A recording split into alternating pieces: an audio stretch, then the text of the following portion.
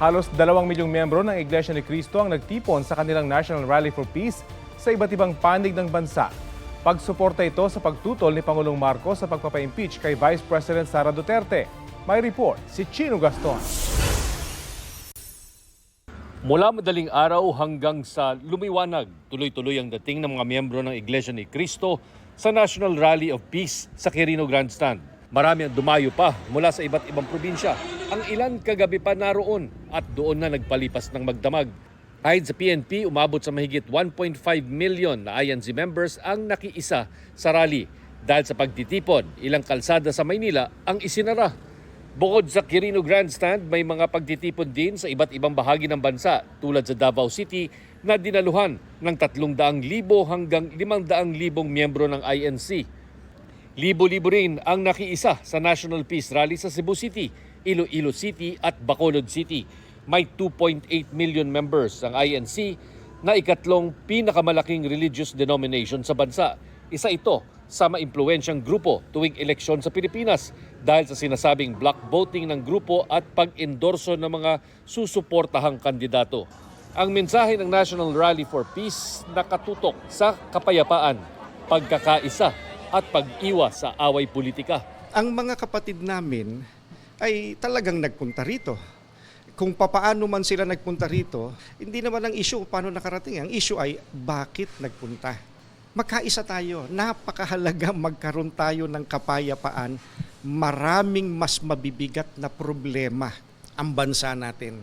Na pagka hindi tayo nagkaisa, walang kapayapaan, yang mabibigat na problemang iyan, hindi mahaharap. Ang Iglesia ni Cristo po ay nakikipag-isa sa pamamahala sa layuning magkaisa ang sambayan ng Pilipino po at maging payapa po ang ating bansa. Pagpatak ng alas 6 ng gabi, nagsialisan din ang mga dumalo sa rally. Desyembre nang unang inanunsyo ng pamunuan ng INC ang National Rally for Peace na pagsuporta raw sa pahayag ni Pangulong Marcos na hindi siya pabor sa impeachment na isinusulong laban kay Vice President Sara Duterte. Hindi dumalo sa National Rally for Peace si VP Sara, pero idinaan niya sa isang video message ang pasasalamat niya sa mga miyembro ng INC. Ito ay isang makapangyarihang pagpapakita ng pagkakaisa at pananampalataya na ang tanging hangad lamang ay kapayapaan tungo sa kaunlaran ng ating bansa. Nagpapasalamat ako sa ating mga kapatid sa Iglesia ni Cristo sa inyong patuloy na pagsisikap na maghatid ng pagkakaunawaan at pagkakaisa sa ating mga kababayan. Naharap sa 3 impeachment complaints si VP Sara kaugnay sa question sa paggasta ng confidential funds ng Office of the Vice President at DepEd. Kaugnay naman sa pagbabanta ni VP Sara sa Pangulo, unang ginang at first speaker, tapos na raw ng NBI ang kanilang investigasyon tungkol dito. Pero kailangan daw munang suriin ng DOJ prosecutors ang ebidensyang hawak ng NBI para matukoy kung sapat na ito. Once the evaluation is confirmed to be enough to warrant preliminary investigation, that's the time that the preliminary investigation proper would be initiated. Chino Gaston nagbabalita para sa GMA Integrated News. Natagpuang patay sa saksak ang isang Pinay sa Slovenia. Suspect ang kanyang asawang Slovenian. Nagbabakasyon ng Pinay na si Marvel Facturan sa Bled, Slovenia nitong Disyembre. Ang mga larawang yan nakuha sa labas ng Pilipinas ay ipinost online ng kanyang mister. Sa investigasyon ng Slovenian Police, nag-away ang mag-asawa at nauwi sa saksakan. Nadatan daw ng mga pulis ang suspect sa lugar at agad inaresto. Ayon sa DFA, natapos na ang autopsy sa labi ni Facturan at nakipag-ugnayan na rin siya sa ina ng biktima, ang ating embahada roon. Tiniyak ng pamahalaan na may uwi sa bansa ang labi ni Facturan sa loob ng 2 linggo. Isang traffic enforcer sa Davao City ang nasakta ng muntik sa gasaan ng kotseng pinara at sinita dahil sa traffic violation.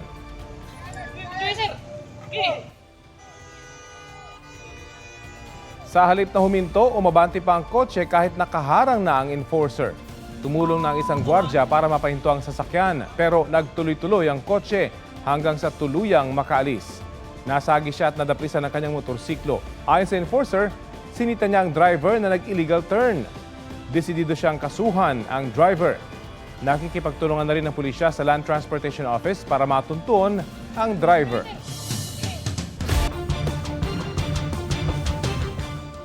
Patay ang isang tindero sa Bacolod City matapos paluin sa ulo ng nakaalitang barker.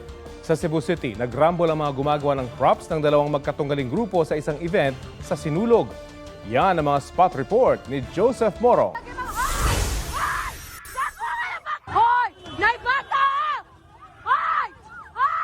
Naglundagan mula sa magkatapat na truck ang mga lalaking yan sa barangay Sambag 1 sa Cebu City. Naghabulan at nagbatuhan sila sa gitna ng kalsada. Batay sa investigasyon, mga propsman sila ng dalawang kaluhok sa Sinulog sa Kabataan sa Dakbayan. Nagsimula umano ang alitan sa loob pa lamang ng Cebu City Sports Center kung saan magkasunod na nag-perform ang dalawang contingent. Pinapatawag na sila ng pulisya sabay pagtitiyak na hindi na mauulit ang insidente lalo sa linggo na ang taunang Sinulog Grand Parade. Nagsi-cellphone sa harap ng isang establishmento sa Bacolod City ang babaeng ito nang biglang tumumba sa likuran niya ang isang matandang lalaki. Ang lalaki pinalo pala ng kahoy sa ulo ng isang barker umano na mga pampasaherong sasakyan. Ayon sa pulisya, nagkainitan ng suspect at biktima na isang street vendor dahil sa parking. Nasawi ang biktima dahil sa head injury. Hinahanap pa ang suspect. Sa Pavia, Iloilo, natagpo ang patay ang isang lalaking 63 anyos sa loob ng kanyang sasakyan. Nakarinig ang mga residente ng putok ng baril saka nakita ang isang lalaki na lumabas ng sasakyan. Ayon sa isang residente, sumakay ng motorsiklo ang lalaki na itinuturing na ngayong suspect. Sa investigasyon ng pulisya, papunta ang biktima sa isang kliyente para magbakuna ng aso. Iniimbestigahan pa ang krimen. Joseph Morong, nagbabalita para sa GMA Integrated News.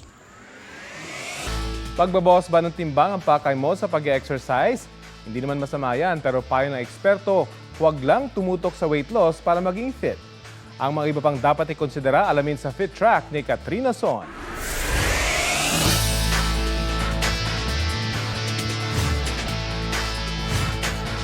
Sa mga nagsiset ng fitness goals, pagbabawas ng timbang ang kadalasang target.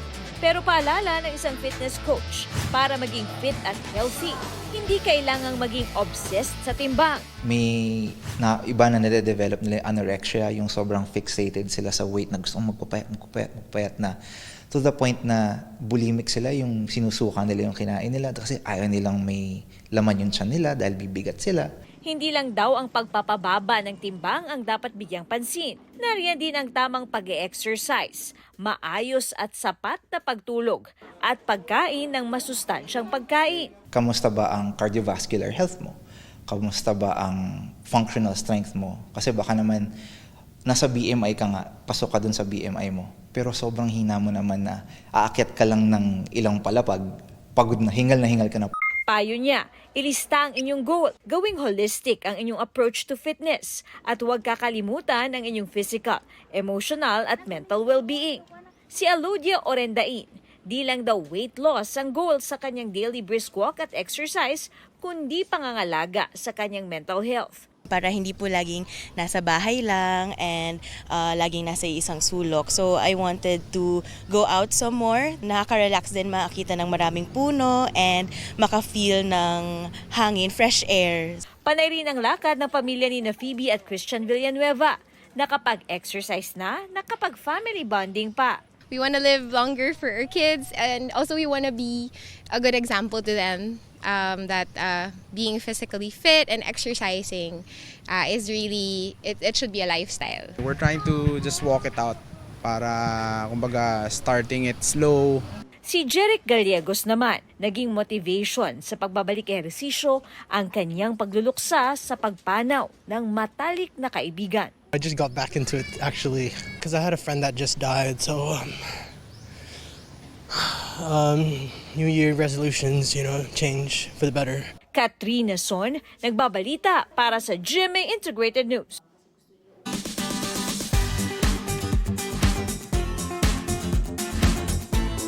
Sa tulong ng isang babae, naabot ng isang rider sa Dipolog City ang kanyang trip to Makati, as in Makating likod. Pusuan na yan sa report ni Mark Salazar. Yan, tabang nyo kay Katulyang likod. Marami na talaga nagkalat na kamoting rider. As in, nagkakamot na rider.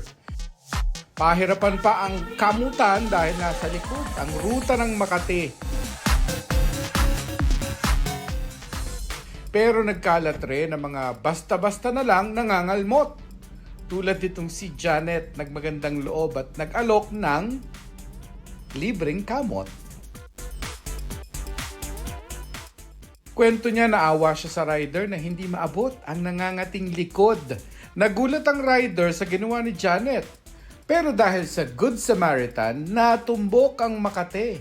Ginhawa na ang naramdaman. Mark Salazar, nagbabalita para sa GMA Integrated News. Huwag magpahuli sa mga balitang dapat niyong malaman. Mag-subscribe na sa GMA Integrated News sa YouTube.